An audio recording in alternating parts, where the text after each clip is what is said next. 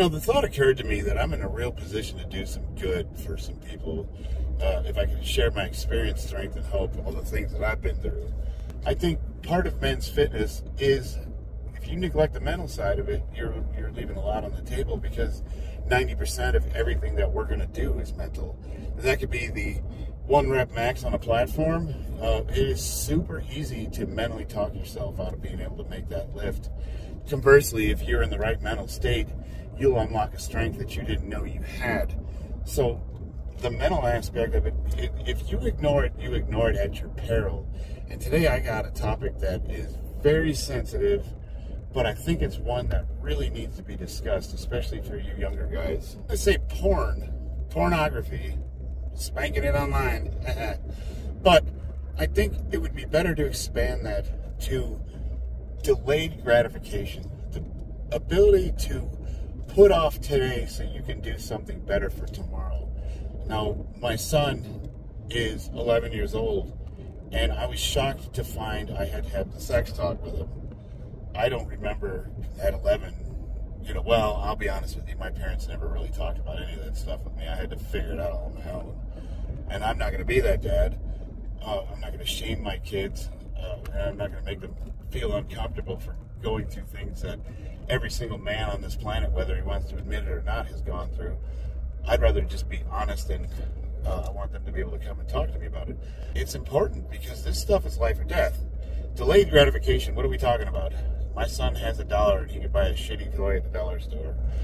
I told him, why don't you save that $1, and maybe next week you'll have $2 and you'll be able to buy something better, or even better yet, save that until you have $3 or $4 or $5. You guys, you know it. Delayed gratification. Now, it was really hard for him. He really struggled. He had a toy in his hand and he was pacing back and forth. I mean, I swear to God, you would think it was like a crack addict at a drug deal. And I'm so proud of him because he was able to put the toy back, and kind of angrily, he comes up to me. He's like, "Oh, I'll wait till next week." All right, son. Good job. Now, I didn't tell him he had to do it. I just lovingly suggested that he should do it and that he'll gain benefit out of it. There's a mountain of research. If you're able to delay gratification, it's a huge predictor of how successful you'll be in life. And I'm going to be the first to admit that I have historically had an awful ability to delay gratification. I've been one of the worst in the planet. I'm a recovering drug addict and alcoholic, for Christ's sake. I mean, I'm all about living for today and YOLO, or whatever the kids are saying these days. I've never been able to do the right thing for long-term success. And I'm starting to get better at it, but I've had to do a lot of work. And that brings us back to pornography. And I know you're thinking, like, how does that relate? I personally believe that porn is one of the worst things that has happened to our society. The internet, we are in the Wild West. We've only been, we've had millions of years of evolution, but we've only had this technology for what is just a tiny fraction of that. I've been doing a lot of research on porn because suffered from what I think was a porn addiction. Now, I post a ton of stuff about how much I love my wife and my family and my kids, but I'm going to share to you guys something that's very private and very near to me, and that is, for a while, I think, more interested in pornography than my wife. Because she had been injured in a couple of car accidents, and we went through a spell where we just weren't being intimate with each other, and a lot of it was physical, and she just couldn't. And so I turned to pornography, and I didn't really see anything wrong with it. And I think anything in moderation is probably fine. How much is too much? Well, it's not. This isn't a discussion about whether or not pornography in itself is a bad thing or masturbation is a bad thing. I think it's more about how insidious and addictive the pornography is and what it does to your brain over a long period of time. Now, there is a mountain of research that shows that it hijacks the dopamine system. Now, you've seen all these manosphere videos about, what do they call it? Dopamine fasting, how to get your dopamine. And all of that is instant gratification stuff. Every time that we, perform anything that instantly gratifies us, we get a dopamine hit. And that's why, that's the nature of addiction. The nature of addiction is our brain rewarding us, and we're artificially inflating that system where naturally you would get rewarded. And it's a evolutionary thing where, survival of the species, you get rewarded for performing things that motivate you to repeat the process. But in nature, it's far and few and in between, and you had to work for everything. You had to have everything from sex. You had to work to find a mate. Delicious foods, fruits that had sweets, things of that nature. You had to go forage for that stuff.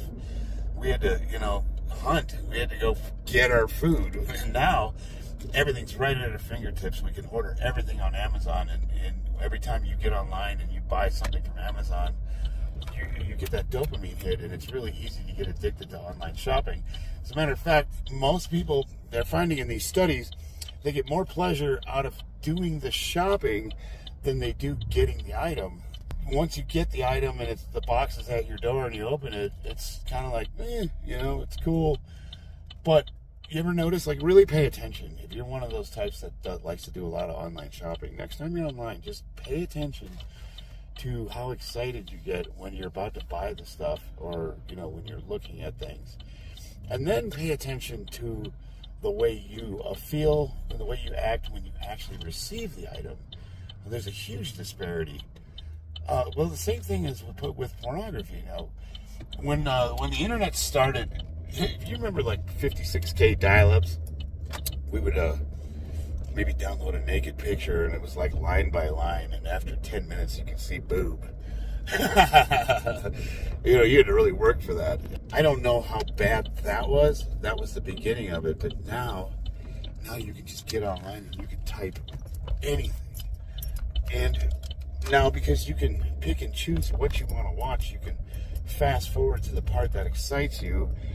And that's instant gratification. You don't even have to watch the whole movie anymore. You can just go right to the part. And after a while, you're depleting that dopamine system. And it's kind of like the more you use it, the more it becomes desensitized.